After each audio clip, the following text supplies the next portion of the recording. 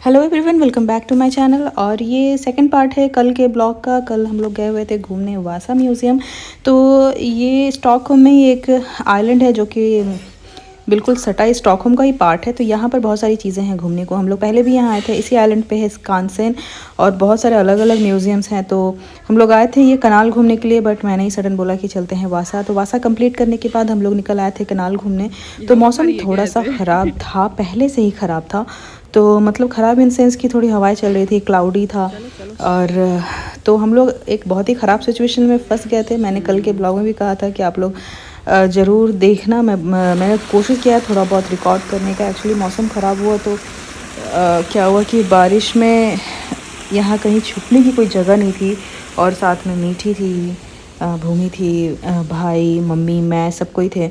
तो बहुत बहुत मुश्किलें आई। खैर जो भी मैंने रिकॉर्ड किया है वो तो आपको मिल जाएगा। अदरवाइज़ अभी मैं कनाल की बात करती हूँ। तो ये जो कनाल जो है वो बहुत ही सुंदर है। कनाल क्या, एक ये पूरा पार्क था। तो हम लोग यहाँ वॉक कर रहे थे। तो हम लोग जो वासा कंप्लीट करके निकले थे, ये दोपहर का टाइम हो गया था और थोड़ी भूख भी लगी थी यहाँ, लेकिन खाने को ढंग का कुछ नहीं मिला। तो एक बर्गर हम लोगों ने ले लिया। और बर्गर में सिर्फ वेज का ऑप्शन था, बाकी सारे जो थे वो बीफ वाले थे, चिकन विकन भी नहीं था। तो जो था हम लोगों ने एक बर्गर लिया और कुछ फ्रेंच फ्राइज़ लिए हैं, कुछ हल्की फुल्की चीज़ें। सब हम लोग वॉक करते करते खाते खाते आगे बढ़े। और ये रहा, ये कनाल जो है वो बहुत ही सुंदर है। ऐसे तो स्टॉकहोम में बहुत सारी जगहों पे से सुंदर कनाल, स्टॉकहोम के पूरे स्वीडन में भरा पड़ा हुआ है। तो बहुत सुंदर सुंदर साइड वॉक्स बने होते हैं। बहुत अच्छा लगता है यहाँ पर जाना, वॉक करना। और सब बोलते हैं कि समर टाइम में तो और भी ज़्यादा अच्छा लगता है। ऐसे तो मुझे ऑटम में भी बहुत अच्छा लग रहा है। चारों तरफ मतलब पत्ते वत्ते गिरे हुए हैं, तो एक अच्छा ही, एक डिफरेंट ही एक्सपीरियंस। और यह साइड ग्राउंड में ना, तो यहाँ एक डॉगी ऐसे घूम रहा था, बहुत ही क्यूट था। तो मैंने इसे रिकॉर्ड इसलिए किया क्योंकि मुझे भाई की एक बात याद आई थी। उसने कहा था कि यहाँ कोई भी डॉगी जो है ऐसे रोड पे मतलब लावारिस ऐसा डॉगी नहीं होता है। बिल्लियाँ फिर भी दिख जाएंगी, लेकिन डॉग्स ऐसे यहाँ वहाँ घूमते कभी नहीं मिलेंगे। उनके ऑनर ज़रूर होते हैं। तो मुझे जब यहाँ दिखा तो मैंने उससे बोला ये तो ऐसे ही घूम रहा है। तो बोला कि नहीं, होगा आसपास ही कहीं होगा इसका ऑनर जिसने छोड़ दिया था। तो फिर फाइनली ये मुझे दिख गया। तो ये जो एक बूढ़े से इंसान थे वो जा रहे थे, उन्हीं का डॉगी था वो। एनीवेज, तो ये मैंने ऐसे ही आप लोगों से शेयर कर लिया। तो आप जैसे देख रहे होगे ना कि हम लोग ये जा रहे हैं, कनाल की तरफ बढ़ रहे हैं और बाकी जितने भी लोग हैं ना वो वापस लौट रहे हैं। एक्चुअली सबको आइडिया होता ही है कि मौसम ख़राब होगा। एक तो जो आजकल फ़ोन पे प्रोडिक्शंस आते हैं इतने एक्यूरेट होते हैं। मुझे भी पता था कि 6 बजे बारिश आएगी, लेकिन क्या था कि उतनी तेज़ बारिश पूरे 1.5 महीने में तो कभी हम लोगों को नहीं मिला था जैसा आज होने वाला था। तो हम ही लोग एक ऐसे ग्रुप थे, मतलब हमारी फैमिली थी जो कि कनाल के आगे की तरफ बढ़ रहे थे। ये साइड में ऐसे बोट और कुछ एक कायाक जा रहा था, तो मैंने रिकॉर्ड कर लिया। काफ़ी सुंदर दिख रहा था। एनीवेज, तो ये देखो आप। और यहाँ पे कुछ जानवर भी दिख रहे थे, जैसे ये एक क्रेन है, तो बहुत सुंदर। तो मैंने इसे पूरा फुल जूम किया है, कोशिश किया है रिकॉर्ड करने का, लेकिन थोड़ा सा पिक्चर यहाँ ब्लर हो जा रहा है। इसके अलावा यहाँ बहुत सारे हिरन थे जो कि झाड़ियों में घूम रहे थे। तो वो सब मैंने रिकॉर्ड किया। तो एक्चुअली वॉक करते करते हम लोग काफ़ी आगे आ गए थे। तो वहाँ कहीं भी कुछ छुपने के लिए कोई शेल्टर कुछ नहीं था, ना घर था, ना कुछ भी नहीं था। और पेड़ ऐसे हैं जिसके नीचे हम लोग छिप नहीं सकते। मतलब हल्की बारिश हो तो बात अलग है, लेकिन वैसे तो नहीं छिप सकते हैं। तो वही सिचुएशन में फंसे। खैर यहाँ पर ये हिरण हैं। और ठीक यहीं शाम हो चुका था, 5:30-6 बज रहे थे। और 6 बजे, एग्जैक्ट 6 बजे जो है वो बारिश स्टार्ट होती है। जब हम लोग ये हिरण देख रहे थे तभी बारिश हो रहा है, बारिश हो रहा है, बारिश हो रहा है। 6 बजे लिखा ही था।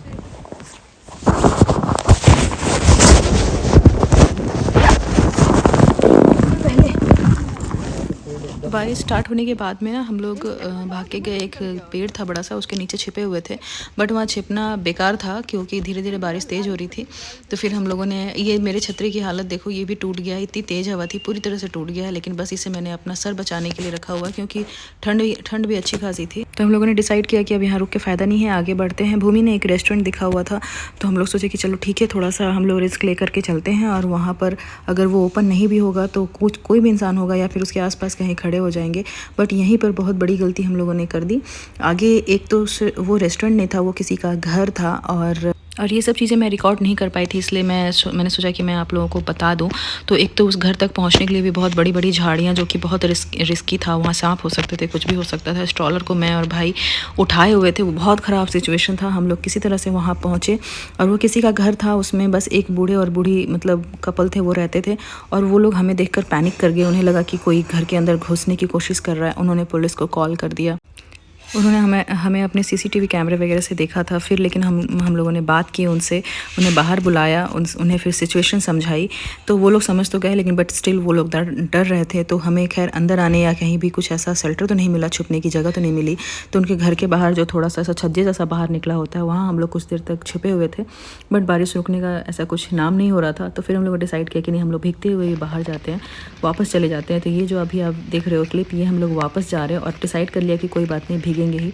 मिट्टी को कवर कर लिया था, बाकी लोग पीछे हैं। मैं कोशिश करी थी कि मैं थोड़ा जल्दी चल कर जाऊँ बस स्टॉप तक, क्योंकि यहाँ से हमें लगभग 1.5 से 2 किलोमीटर चल कर के पैदल जाना था, ये पूरा कनाल कवर करते हुए।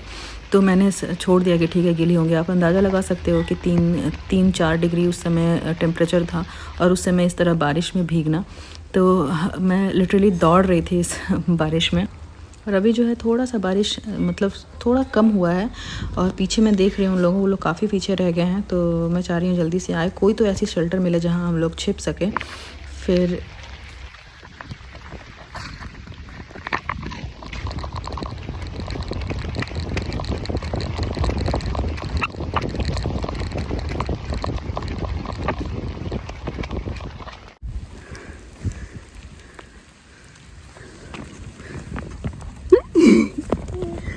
मामा भीग गई मीठी, रेन में मामा भीग गई। हाँ, बस कहाँ है बस? वो लोग कितना पीछे है।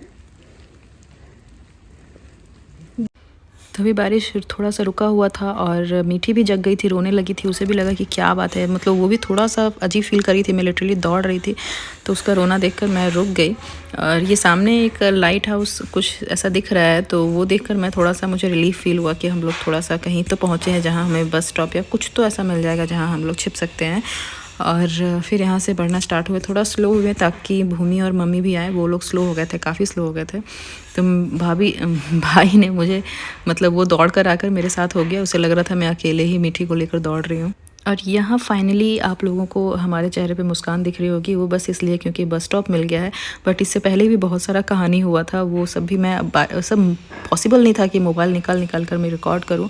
एक्चुअली हम लोग जब दौड़ कर मैं और भाई आ ही रहे थे, तभी एक बस दिखी, और बस के पीछे हम लोग चारों पागलों की तरह दौड़ रहे थे कि बस रुक जाए। और क्या हुआ कि उसके ड्राइवर ने देखा, बट वो फिर भी नहीं रुका। उस टाइम पे लिटरली मुझे सच में रोना सा आ गया था कि पता नहीं आज क्या है और कैसे लोग हैं यहाँ के। आइया बस आया, जल्दी आओ, कम बस कम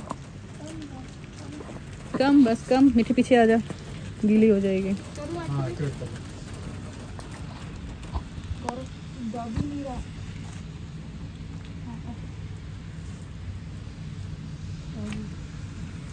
जाओ आगे जाओ। चलो।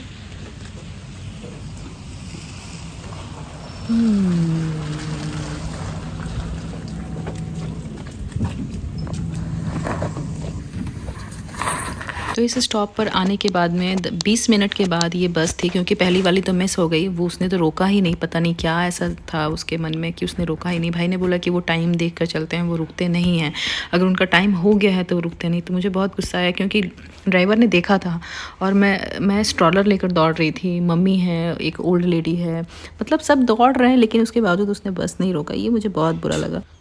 फाइनली ये बस आई और हमें थोड़ा रिलीफ फील हुआ, लेकिन हम सबकी हालत ख़राब थी, जूते में पूरा पानी भरा हुआ था। ये तो अच्छा हुआ कि हमने जो जैकेट पहना था उसका फैब्रिक ऐसा था कि वो फिर सूख गया, जल्दी पोंछने से वो सही हो गया। और हमारा प्लान था कि एक इंडियन रेस्टोरेंट हमें जाना था, लेकिन अब तो ऐसी सिचुएशन है, बस ऐसा लग रहा था कि घर ही पहुँच जाए जल्दी से।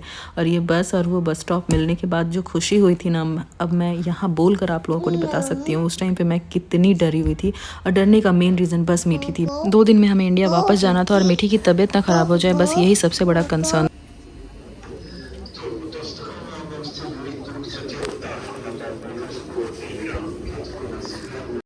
बोले बम फेंका, मेरे दिमाग में कुछ ऐसा ही आया कि वो हल्ला कर रहा था निकलने के लिए, हमको लगा कुछ है बम फेंका हुआ है। मुझे लगा कि इमीडिएट खाली करने बोल रहा है वो। एक्चुअली हम लोग यहाँ डिस्कशन ये कर रहे हैं कि जब हम लोग बस के बाद नेक्स्ट ट्रेन था घर तक जाने के लिए, तो उस ट्रेन में आकर हम लोग बैठ गए, वो भी लास्ट मिनट में हम लोगों ने कैच किया। पूरी जो ट्रेन थी वो फुल थी पैसेंजर से, और सडन जो है वहाँ जो स्टाफ था उनके रेलवे का, उन्होंने पूरा ट्रेन खाली करवाया। वो भी थोड़ा सा पैनिक दिख रहा था, तो मुझे लगा कि भाई, मैं तो डरी गई थी कि मुझे लगा बॉम्ब है ना क्या है। फिर फील हुआ कि आज क्या ही हो रहा है, और फिर हमें यहाँ पर खड़े होने को कहा गया ताकि दूसरी ट्रेन जल्दी रेडी होकर के आ रही थी, तब हम लोग उससे जा सकें। तो ओवरऑल जो हमारा आज का दिन था ना, वो बहुत ही अजीब था, मतलब नेगेटिव सेंस में अजीब था। अभी तक 1.5 महीने में ऐसा कभी कहीं कुछ नहीं हुआ था, और ये हमारा घूमने वाला जो दिन था वो आखिरी था, क्योंकि इसके एक दिन के बाद हमें वापस आना था इंडिया। तो लास्ट डे जो था, कहते हैं ना कि बहुत यादगार सा हो गया। तो यहाँ तक इसके बाद हमें ट्रेन मिलती है, और फिर हम लोग प्रे करते हुए घर पहुँचते हैं कि अब कुछ ना हो, बस हम घर पहुँच जाएँ। खैर उसके बाद हम लोग घर पहुँचे, हल्का फुल्का कुछ बनाया खाया, वो सब मैंने रिकॉर्ड नहीं किया, और इस ब्लॉग को मैं अब यहीं पर एंड करती